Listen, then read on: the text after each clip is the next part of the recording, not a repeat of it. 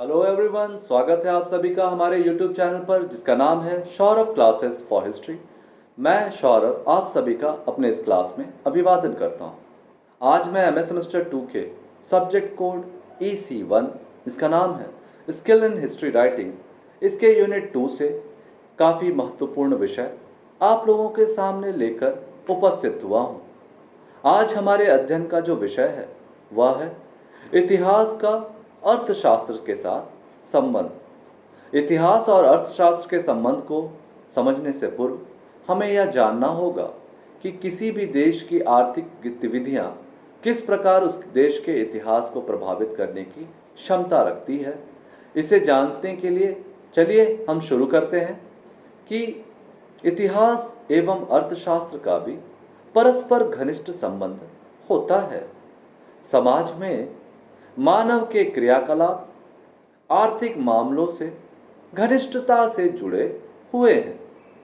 अतः यह एक इतिहासकार के लिए अत्यंत आवश्यक हो गया है कि वह अपने युग के आर्थिक ज्ञान की भली प्रकार से जानकारी रखे ताकि वह तत्कालीन समाज की आर्थिक दशाओं का सही वर्णन कर सके। डॉक्टर बी शेख अली ने इस संदर्भ में बताया है कि डार्विन ने अस्तित्व के संघर्ष के संबंध में संकेत किया था और मार्क्स ने आर्थिक इतिहास पर प्रकाश डाला। विशेष रूप से 1917 ईस्वी की रूसी क्रांति के समय से आर्थिक इतिहास ने अत्यधिक महत्व ग्रहण करते हुए मानव के जीवन से संबंधित अन्य पहलुओं को अंधकारमय कर दिया है। निसंदेह पिछले कुछ वर्षों से अर्थशास्त्र का अध्ययन अत्यंत कठिन व जटिल विषय बन गया है। मुख्यतः यह गणित के अच्छे ज्ञान पर निर्भर करता है। सामान्यतः इतिहासकार को गणित का ठोस ज्ञान प्राप्त नहीं होता है, इसलिए अर्थशास्त्र का समुचित ज्ञान प्राप्त करने के लिए उसे पर्याप्त समय तक उसका अध्ययन करना पड़ता है, जिसके कारण उसके पास इतिहास के अध्ययन के लिए अत्यंत कम समय ही रह जाता है। फलतः कई नवीन इतिहासकारों का उदय हुआ जिन्हें आर्थिक इतिहासकारों के नाम से जाना जाता है, जो अर्थशास्त्र के अध्ययन में पारंगत हैं और जिन्होंने देश की आर्थिक दशाओं पर प्रकाश डाला है। अन्य इतिहासकार केवल उनके पद चिन्हों का अनुसरण करते हैं और उनके द्वारा निकाले गए परिणामों को ही मान्यता प्रदान करते हैं। आधुनिक समय में इतिहास का अध्ययन बहुत कुछ आर्थिक समस्याओं के विवेचन से संबद्ध है। इतिहासकार के लिए लगभग असंभव है कि वह बिना अर्थशास्त्र के ज्ञान के इतिहास लेखन के कार्य को कर सके। एक आधुनिक इतिहासकार को अपने युग के आर्थिक संकटों का पूर्ण ज्ञान होना आवश्यक है। न्यू डील की नीतियां और आर्थिक एवं व्यापारिक ढांचे की जानकारी के अभाव में 20वीं शताब्दी के इतिहास का उचित लेखन प्रस्तुत नहीं कर सकते।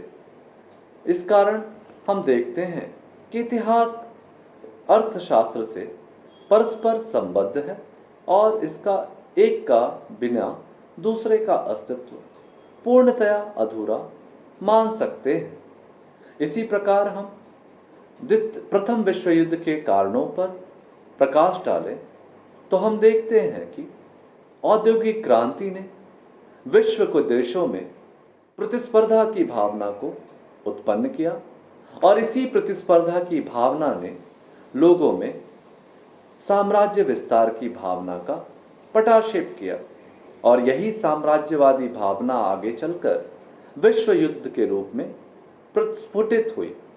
तो हम स्पष्ट रूप से यह कह सकते हैं कि विश्व युद्ध का मुख्य कारण अर्थ था, अर्थात पैसा। अर्थव्यवस्था ही प्रथम विश्व युद्ध का मूल कारण मानी जा सकती है।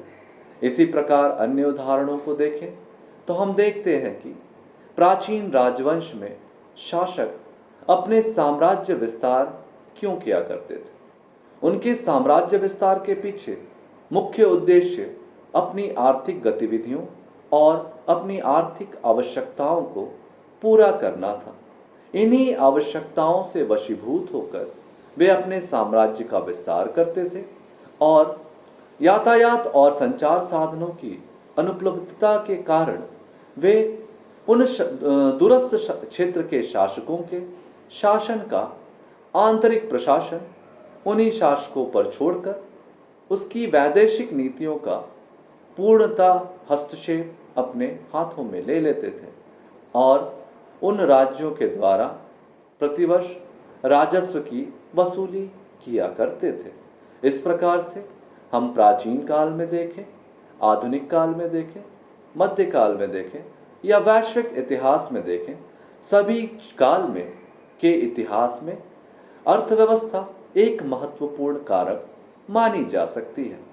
तो इस प्रकार से हमें यह स्पष्ट रूप से ज्ञात होता है कि अर्थव्यवस्था किसी भी इतिहास के लिए कितनी घनिष्ठ रूप से संबद्ध होती है।